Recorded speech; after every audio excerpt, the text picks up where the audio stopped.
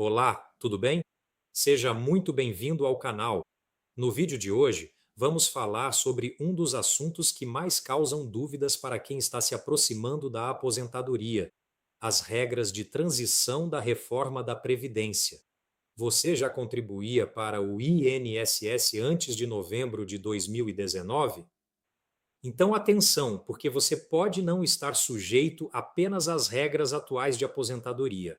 Dependendo da sua idade, do seu tempo de contribuição e da situação que você possuía quando a reforma entrou em vigor, pode existir uma regra de transição aplicável ao seu caso. E isso é muito importante, porque escolher a regra correta pode alterar não somente a data da aposentadoria, mas também o valor do benefício. Vamos entender. A reforma da Previdência foi instituída pela Emenda Constitucional número 103 de 2019. Ela modificou profundamente o sistema previdenciário brasileiro e estabeleceu novas exigências para a aposentadoria. Mas imagine uma pessoa que, em novembro de 2019, já possuía 25, 30 ou até mais de 30 anos de contribuições.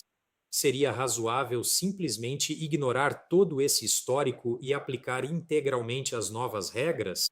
Por isso foram criadas as chamadas regras de transição. Essas regras procuram estabelecer uma passagem entre o sistema anterior e o novo. E aqui está o primeiro ponto fundamental. As regras de transição são destinadas, em geral, a quem já estava afiliado ao regime geral de previdência social antes da entrada em vigor da reforma, mas ainda não havia preenchido todos os requisitos para se aposentar pelas regras anteriores. Agora, atenção para outra situação. Se a pessoa já havia preenchido todos os requisitos para a aposentadoria antes da reforma, pode existir direito adquirido às regras antigas. Nesse caso, não estamos propriamente falando de uma regra de transição, mas da preservação de um direito que já havia sido adquirido. Vamos conhecer as principais regras. Primeira regra: sistema de pontos. A primeira é conhecida como regra dos pontos. Ela combina duas informações: idade mais tempo de contribuição.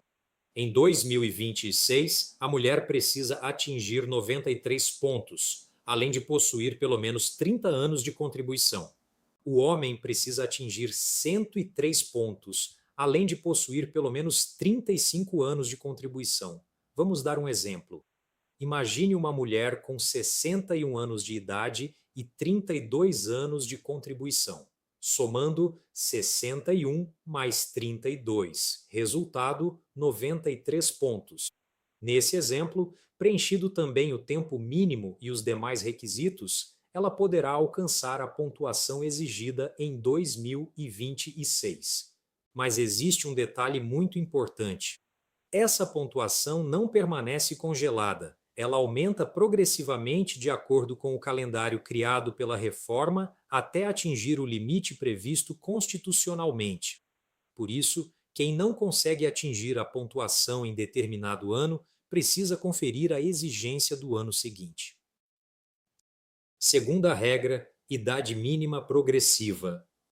Outra regra importante combina a idade mínima com tempo mínimo de contribuição. Também aqui continuam sendo exigidos, de modo geral, 30 anos de contribuição para a mulher e 35 anos para o homem. Mas existe uma idade mínima que aumenta 6 meses a cada ano. Em 2026, essa idade é de 59 anos e 6 meses para as mulheres, e 64 anos e 6 meses para os homens. Portanto, possuir apenas 30 ou 35 anos de contribuição não significa necessariamente que a pessoa poderá utilizar essa regra. Também será necessário atingir a idade mínima correspondente ao ano. Esse é um erro bastante comum. Muitas pessoas olham apenas para o tempo de contribuição e esquecem que algumas regras de transição possuem requisito etário. Terceira regra: pedágio de 50%. Agora vamos falar sobre o chamado pedágio de 50%. Essa regra foi criada principalmente para quem estava relativamente próximo de completar o tempo necessário para a antiga aposentadoria quando a reforma entrou em vigor. Em termos simples, o segurado precisa completar o tempo que faltava em 13 de novembro de 2019 e acrescentar mais 50% desse período. Vamos utilizar um exemplo simples. Imagine que, na data da reforma, faltava apenas um ano para determinado segurado completar o tempo necessário. Além desse um ano que já faltava, ele terá de trabalhar mais metade desse período, ou seja, mais 6 meses. Nesse exemplo simplificado, o pedágio seria de 6 meses. Essa regra possui uma característica muito importante. Ela não estabelece uma idade mínima específica, mas isso não significa que ela sempre seja a melhor opção. O cálculo do benefício nessa modalidade sofre influência do fator previdenciário. Dependendo da idade e do histórico contributivo, isso pode reduzir o valor da aposentadoria. Portanto, conseguir se aposentar antes nem sempre significa receber o melhor benefício. Quarta regra: pedágio de 100%. Existe também o pedágio de 100%. Aqui, a lógica é diferente. O segurado deverá cumprir integralmente o período que faltava para completar o tempo mínimo de contribuição na data da reforma. Para utilizar essa regra, também existe idade mínima. Em linhas gerais, 57 anos para a mulher, 60 anos para o homem, além de 30 anos de contribuição para a mulher e 35 para o homem. Vamos novamente a um exemplo. Se, em novembro de 2019, faltavam 2 anos para a pessoa completar o tempo mínimo de contribuição, ela deverá cumprir esses 2 anos que faltavam e mais 2 anos correspondentes ao pedágio, ou seja, 4 anos. Apesar de exigir um período adicional maior, essa regra pode ser interessante em determinadas situações justamente pela forma de cálculo do benefício. Por isso, novamente, a aposentadoria que chega primeiro não é necessariamente a aposentadoria mais vantajosa. Quinta regra: transição da aposentadoria por idade. Também houve uma transição relacionada à aposentadoria por idade. Para as mulheres, a idade mínima foi elevada gradualmente até atingir 62 anos. Esse processo já foi concluído. Atualmente, a idade exigida é de 62 anos para as mulheres. Para os homens, a referência permanece em 65 anos dentro dessa regra.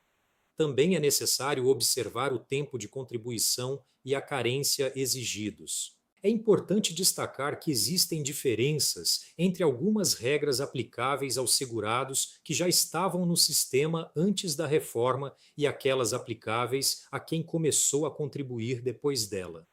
Por isso, a data da primeira filiação ao INSS pode ser extremamente importante. E não para por aí. Existem ainda regras específicas para determinadas categorias. Professores, por exemplo, possuem regras próprias de transição. Também existe regra de transição para aposentadoria especial de trabalhadores expostos efetivamente a agentes nocivos. Por isso, alguém que exerceu atividade especial ou funções de magistério não deve simplesmente aplicar as regras gerais sem verificar se existe tratamento previdenciário específico. Agora, vamos aos principais problemas. O primeiro problema é escolher uma regra olhando apenas para a data mais próxima da aposentadoria.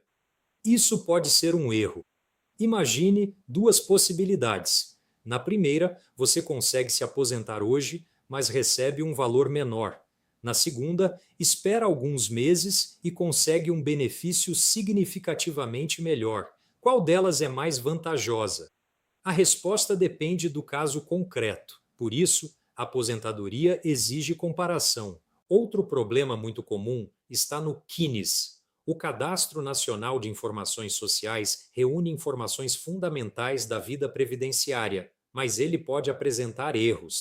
São comuns situações como vínculos de emprego que não aparecem, salários de contribuição incorretos, contribuições ausentes indicadores de pendências, períodos trabalhados que não foram computados ou divergências entre a carteira de trabalho e os registros previdenciários. E isso pode mudar completamente a regra de transição.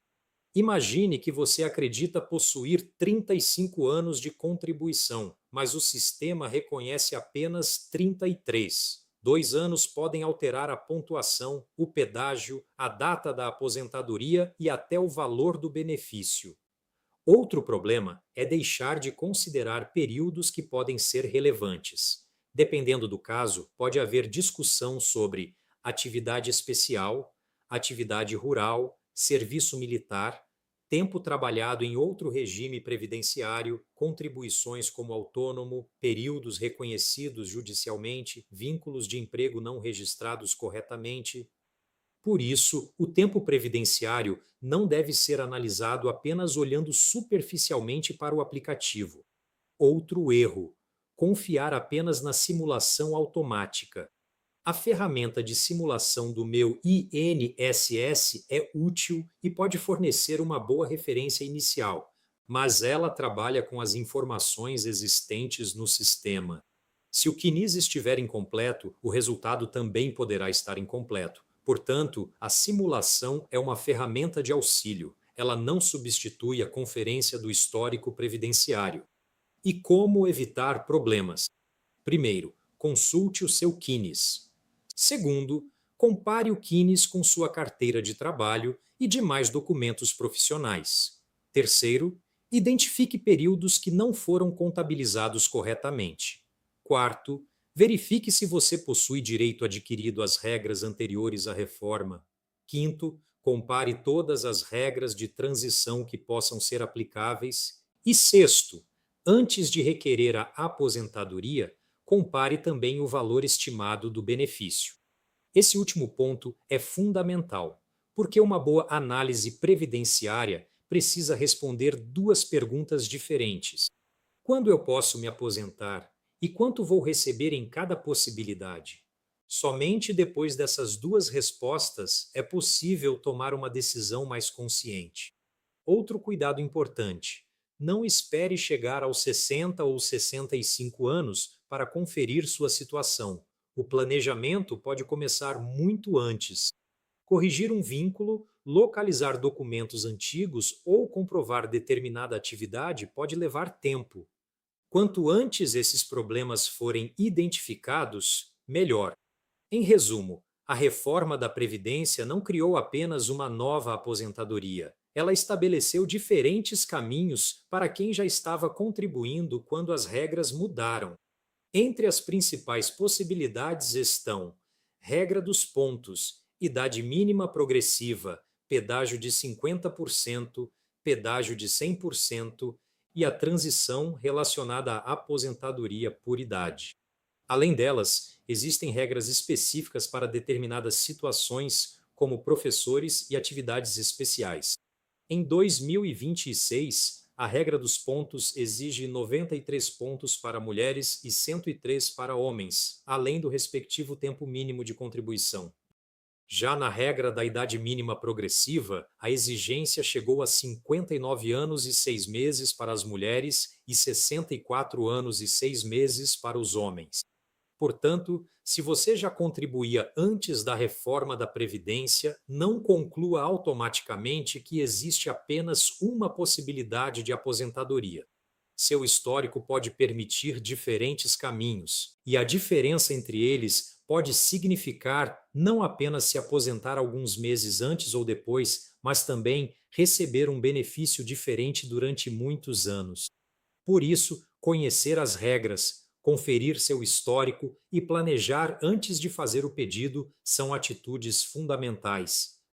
Se este conteúdo foi útil para você, deixe o seu like, compartilhe este vídeo com familiares, amigos e outras pessoas que estejam próximas da aposentadoria e inscreva-se no canal para acompanhar mais conteúdos jurídicos claros, objetivos e atualizados sobre INSS, aposentadorias e direito previdenciário. Muito obrigado pela sua companhia. Um grande abraço e até o próximo vídeo.